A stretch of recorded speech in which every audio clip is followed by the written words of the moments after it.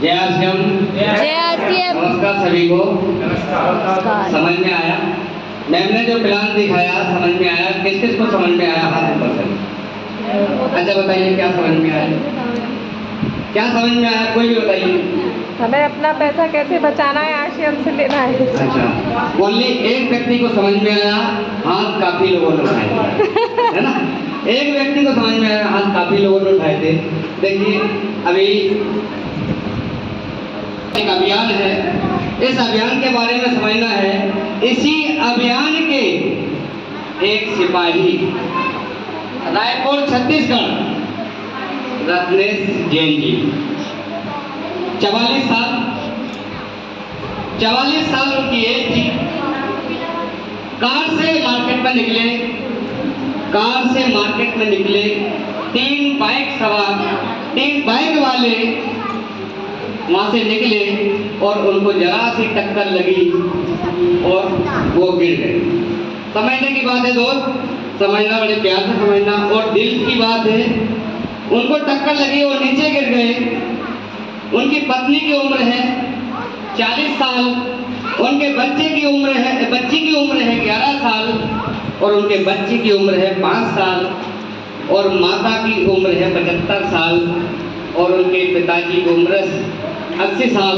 दोनों बीमार हैं। आवाज देखिए, थोड़ी देर के लिए शांति बनाए रखें। अगर समझ में नहीं आ रहा तो जैसे भाई भी इधर पीछे आ सकते हैं।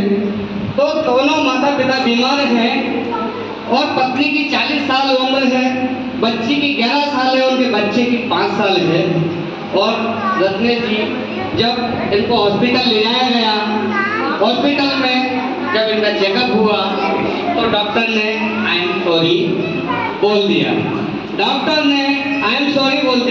क्योंकि जो बाहर व्यक्ति जो जिम्मेदार होता है, जो बाहर मार्केट में निकलता है, उसी के साथ ऐसे हादसे होते हैं।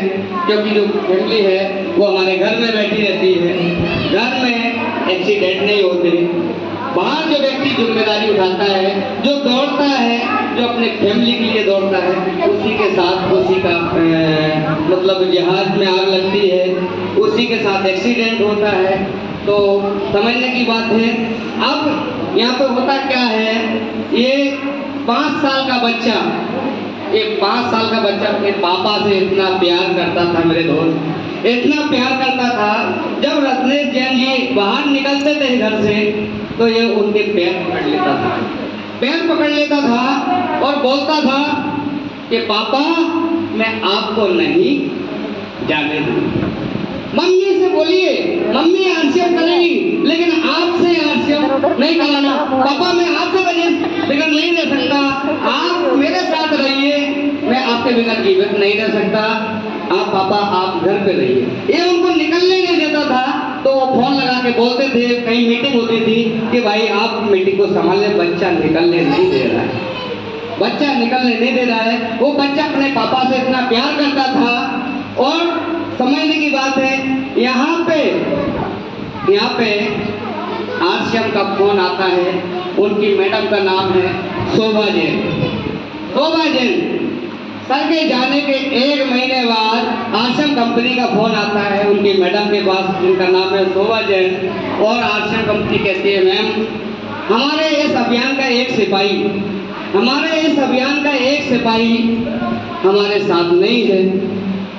और वो सफाई बिल पे थे। हमारे सर जानते होंगे सफाई की इनकम 7 से 8 से 10 लाख रुपए होती है, सफाई की इनकम।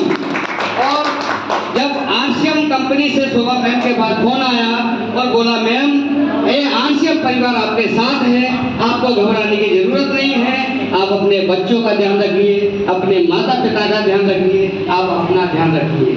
और मैंने फोन इसलिए लगाया, एक लाइन आरसीएम ने और बोली, मैंने फोन आपको इसलिए लगाया कि ये जिम्मेदार साथी जो रत्नेश जैन जी थे वो जगह खाली हो गई है।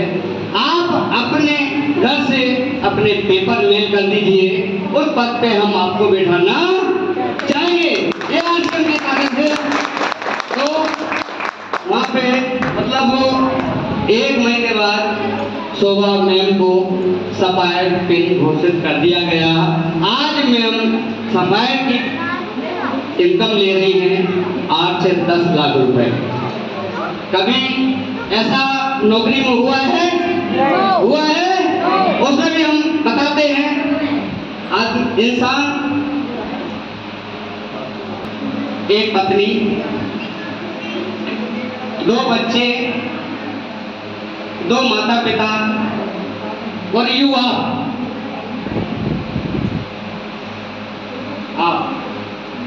लोग क्या कहते हैं, इस परिवार को मानते हैं कि हम आए, हमारे दादाजी आए, फिर हमारे पिताजी आए, पिताजी के बाद हम आए।